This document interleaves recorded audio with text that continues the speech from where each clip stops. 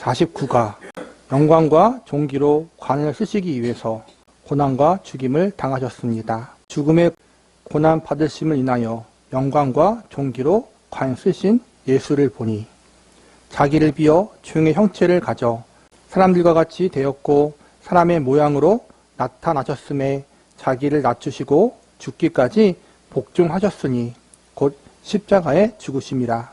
이러므로 하나님이 그를 지극히 높여 모든 이름 위에 뛰어난 이름을 주사 죽임을 당하신 어린 양이 능력과 부와 지혜와 힘과 존귀와 영광과 찬송을 받으시기에 합당하도다. 예수께서 죽으시기 전날 밤에 친히 당하실 고난을 내다보시고 이렇게 기도하셨습니다.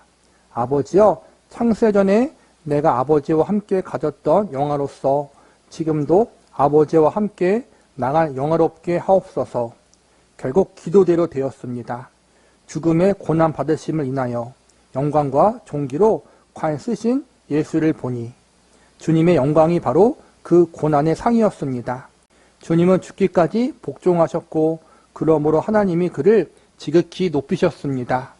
어린 양은 다름 아닌 죽임을 당하셨기 때문에 능력과 부와 지혜와 힘과 존귀와 영광과 찬송을 받으시기에 합당하십니다. 예수 그리스도의 순환은 단지 면류관보다 앞서 일어난 사건에 그치는 것이 아닙니다. 그분의 순환은 면류관에 대한 대가이며 면류관은 순환에 대한 보상이었습니다. 면류관을 얻기 위해서 그리스도께서 죽으신 것입니다. 대속과 구속으로서의 십자가의 순환을 배웠는데 오늘은 49가에서는 예수님의 그 순환과 고난이 결국에는 하나님과 그분의 아들이신 예수님의 영광이었다는 거예요. 영광 받기 위해서, 영광과 존귀로 관을 쓰기 위해서 고난을 당하셨다. 예수님의 고난이 대속의 고난이었고 구속의 고난이었는데 그 고난이 고난으로 끝나고 죽임으로 끝나지 않고 나중에 부활로 이어지고 승천으로 이어지고 또 하나님 우편에 앉아 계셔서 하나님과 함께 온 세계를 다스리는 그러한 위치까지 가셨잖아요. 그러니까 본래 가지고 계셨던 그 창조주, 전능자의 위치에 가셨어요. 그래서 이 고난은 고난으로 끝나지 않고 하나님의 영광과 존귀가 예수님 것이 되도록 하는 그러한 일이었다는 거예요. 많은 사람들이 이 점에 걸려 넘어집니다. 그들은 이렇게 말합니다. 어떻게 이것이 사랑일 수 있는가? 예수가 자기 영광을 얻으려는 동기로 죽었다고 하면서 어찌 우리에게 기쁨을 주려고 죽었다고 할 수 있는가? 허영이 덕이란 말인가? 좋은 질문입니다. 성경에는 훌륭한 답이 있습니다. 답은 그 사랑이 실제로 얼마나 위대한가를 배우는 데 있습니다. 우리는 대부분 사랑받는다는 것은 소중히 여김을 받는 것이라고 생각하면 잘합니다. 온 세상이 이 생각 위에 세워져 있는 것 같습니다. 사람을 사랑한다는 것은 그 사람을 소중히 떠받들어 주는 것이고 자신을 좋게 느끼도록 도와주는 것입니다. 그렇게 소중히 떠받들어지는 자신을 바라보고 내심 기뻐하도록 해주는 것입니다. 그러나 우리가 알고 있는 사랑은 그것보다 훌륭합니다. 성경에 문의하지 않더라도 그런 사랑이 그다지 훌륭하지 않다는 것을 압니다. 우리가 가장 행복해지는 순간은 자존심이 충족되는 순간이 아니라 자아를 잊는 순간입니다. 그랜드 캐년 곁에 혹은 킬리만자로 산자락에 왜소한 모습으로 설 때 혹은 사하라 사막을 물들이며 지는 해를 바라볼 때 아주 잠깐 동안이나마 경이로움에 휩싸여 기쁨을 맛보는 것, 우리가 느끼는 행복은 그런 것과 흡사합니다. 낙원은 거울로 이루어진 방이 아닐 것입니다. 그곳에는 다만 하나님의 어미와 인자만 찬란하게 빛납니다. 우리 자신의 모습을 의식할 겨를이 없습니다.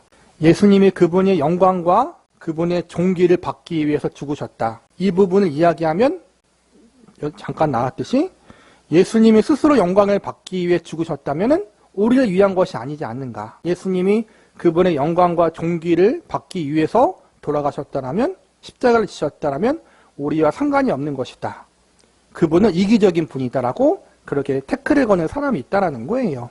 진정한 사랑이 무엇인가? 진정한 기쁨이 무엇인가? 성경에서 나와 있는 기쁨과 사랑을 보면은 우리 인간은 받는 거에 익숙해졌어요. 그렇죠? 받는 사랑. 당신을 사랑받기 위해 태어난 사람, 그거에 감격해요. 맞아요. 틀린 게 아니에요. 하나님 우리를 사랑하신 거에 감격해야 돼요. 그런데 한 발 더 나아가서 우리는 하나님이 나를 사랑하신 것에 대한 감격도 있지만 우리가 하나님과 예수님의 영광을 보고 기뻐하고 그분을 사랑하는 것에 행복을 느껴야 된다는 거예요. 하나님의 사랑을 받는 것으로 행복하는 것은 1차적인 것이고 우리가 그분을 더 사랑하고 그분의 영광과 그분의 하나님 되심에 대해 우리가 행복해 할 수 있는 그러한 자리까지 가야 된다는 거예요. 그래서 예수님이 십자가를 지시고 나중에 이제는 영광과 존귀로 관을 받는 그 모습, 하나님의 아들과 하나님과 동등된 분으로 하나님 우편에 앉아 계시는 그 영광스러운 모습으로 인해 우리가 기뻐하고 감사하고 행복해 할 수 있어야 된다는 거예요. 예수님의 영광이 우리의 영광이잖아요. 왜냐하면 우리 역시 예수님 안에 거하잖아요. 그렇죠? 연합이잖아요. 연합. 하나님의 영광, 예수님의 영광과 존귀가 우리의 영광이 되는 거란 말이에요. 그렇기 때문에 우리는 그것을 이상하게 여길 필요가 없다. 만약 이것이 참이라면, 만약 그리스도께서 우주에서 가장 어미롭고 위대한 분이라면 그분이 우리에게 베푸신 사랑이란 과연 얼마나 위대하겠습니까? 그 앞에서 우리 자신을 슬그머니 높이고 그것으로 만족한다는 것은 어불성설입니다. 우리의 영혼은 그런 것으로 만족하지 못합니다. 우리는 훨씬 더 훌륭한 일을 위해 지음받습니다. 행복이라면 만민 가운데 가장 영광스러운 예수 그리스도를 바라보고 음미해야 합니다. 이것이 예수께서 우리를 사랑하기 위해서 자신의 충만한 영광을 구하시고 그것을 우리에게 주어 누리게 하셔야 함을 뜻합니다. 바로 이런 이유로 주님은 잡히시기 전날 밤에 아버지여 내게 주신 자도 나 있는 곳에 나와 함께 있어 아버지께서 창세전부터 나를 사랑하심으로 내게 주신 나의 영광을 저희로 보게 하시기를 원하옵나이다라고 기도하신 것입니다. 그것이 사랑이었습니다. 내가 저희에게 나의 영광을 보이리니 예수께서는 본래 충만한 영광을 되찾기 위해서 죽으셨습니다. 우리의 기쁨을 위해 죽으셨습니다. 사랑이란 어떤 값을 치르더라도 사람들이 가장 사모하고 기뻐할 뿐 예수 그리스도께 사로잡히도록 돕는 수고입니다. 예수께서 우리를 사랑하신 방법도 그런 것입니다. 우리에게 가장 좋은 선물이 예수님이라는 거예요. 예수님의 영광을 우리에게 선물로 주기 위해서 예수님이 이 모든 일을 감당하셨다는 거예요. 그게 사랑이라는 거예요. 사랑. 예수님의 영광과 존귀, 그 영화롭게 되어지는 모습을 우리에게 주시기 위해서, 그분을 바라보게 하기 위해서, 다른 것을 바라보고 의지하는 것이 아니라 예수님을 바라보고 의지하고 그분을 사랑하고 그분의 영광에 함께 참여하게 하기 위해서 예수님이 십자가를 지신 것이다. 그분의 영광과 그분의 위대하심이 우리에게 행복이 된다는 거예요.